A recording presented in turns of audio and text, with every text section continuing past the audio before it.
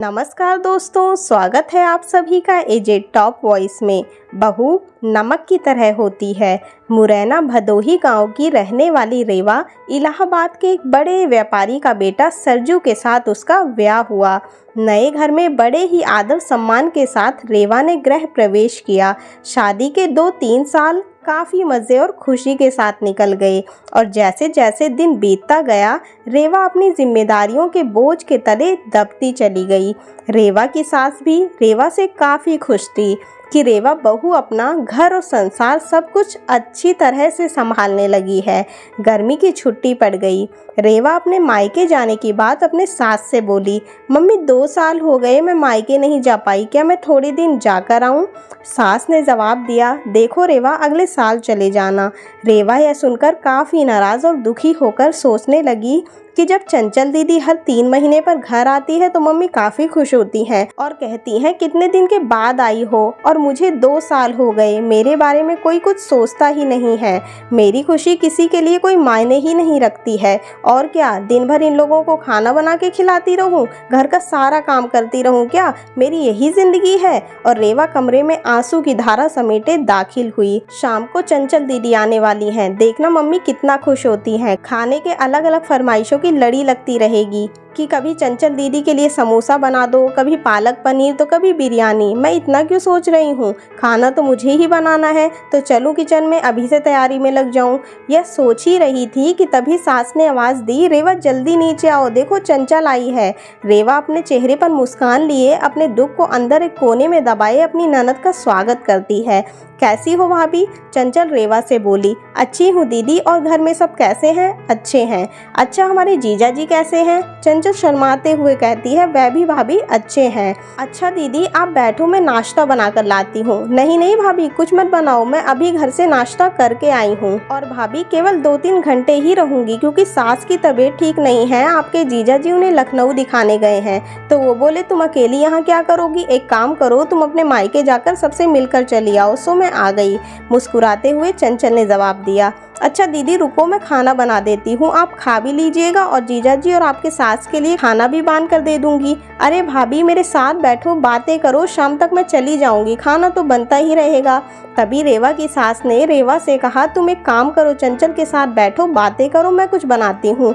जी नहीं मम्मी जी मैं बनाती हूँ, आप दीदी से बात कीजिए। तभी चंचल ने कहा, कोई बात नहीं, आप खाना बनाओ और मैं आपसे बातें करूँगी, थोड़ी मदद हो जाएगी, यह ठीक रहेगा ना? क्यों माँ? रेवा की सास बोली, ये भी सही है। रेवा और चंचल किचन में प्रवेश करती हैं और काफ़ी देर तक हंसी मजाक करते करते खाना भी तैयार हो जाता है। चंचल खाना खाने के बाद शाम को अपने घर चली जाती है। रसोई को समेटकर रात को अपने कमरे में रेवा गई तो सरजू ने कहा कि रेवा तुम काफ़ी थक गई हो, आराम कर लो। हाँ मुझे आराम कहाँ है, तुम्हारी माँ तो बस यही चाहती है कि मैं अपने मायके ना जाऊँ। चंचल दीदी 1-2 घंटे के लिए आती हैं लेकिन मिलकर तो जाती हैं, उसमें क्या, तुम भी चली जाओ रेवा, सरजू ने कहा। और देखो रेवा दीदी भी कहाँ आ पाती हैं, जब शरद जीजा जी अपनी माँ को लखनऊ डॉक्टर के पास दिखाने ले जाते हैं तभी मिलने आती हैं। तो इसका मतलब है कि मैं कभी नहीं जा सकती अपने मायके? ऐसा तो मैंने नहीं कहा। रेवा अच्छा तुम शांत रहो, मैं कल माँ से बात करता हूँ, तुम अपने मायके चली जाना, ठीक है? तुम तो रहने दो। गुस्सा करते हुए रेवा सो जाती है।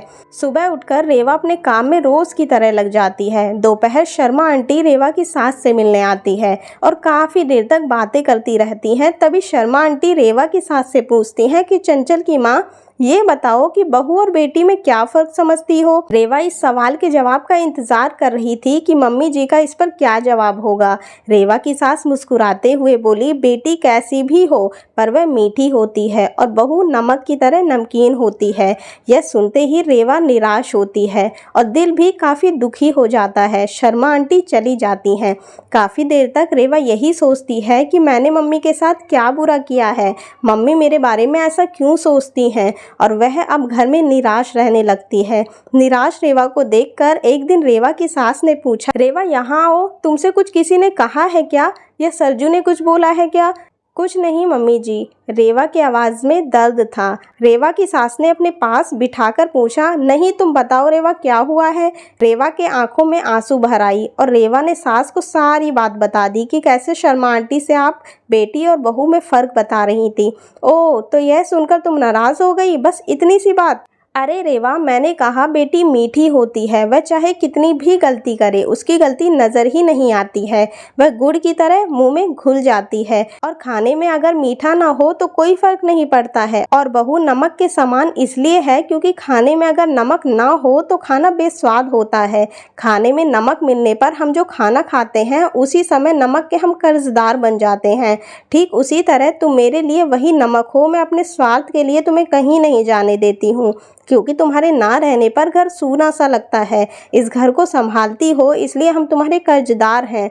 रेवा सारी बात समझ जाती है और अपनी सास से गले लिपटकर रोने लगती है। शाम को सरजू जब घर आता है तो अपनी माँ से कहता है कि माँ, रेवा अपने मायके जाना चाहती है एक दिन के लिए। रेवा तपाक से बोल उठती है, नहीं मुझे कहीं नहीं जाना है, मैं चली गई तो खाने में स्वाद नहीं रहेगा।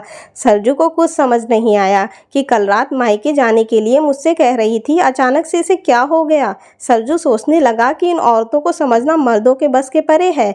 रेवा की सास रेवा के सिर पर हाथ फेर रही थी और सरजू एक टक लगाकर रेवा को अपनी माँ को देखता जा रहा था। तो दोस्तों, बस इतनी सी ही थी ये कहानी। अगर आप सभी को ये कहानी अच्छी लगी हो तो कमेंट में ज़रूर लिखिएगा और अपने सभी दोस्तों के साथ शेयर भी कीजिएगा। धन्यवाद।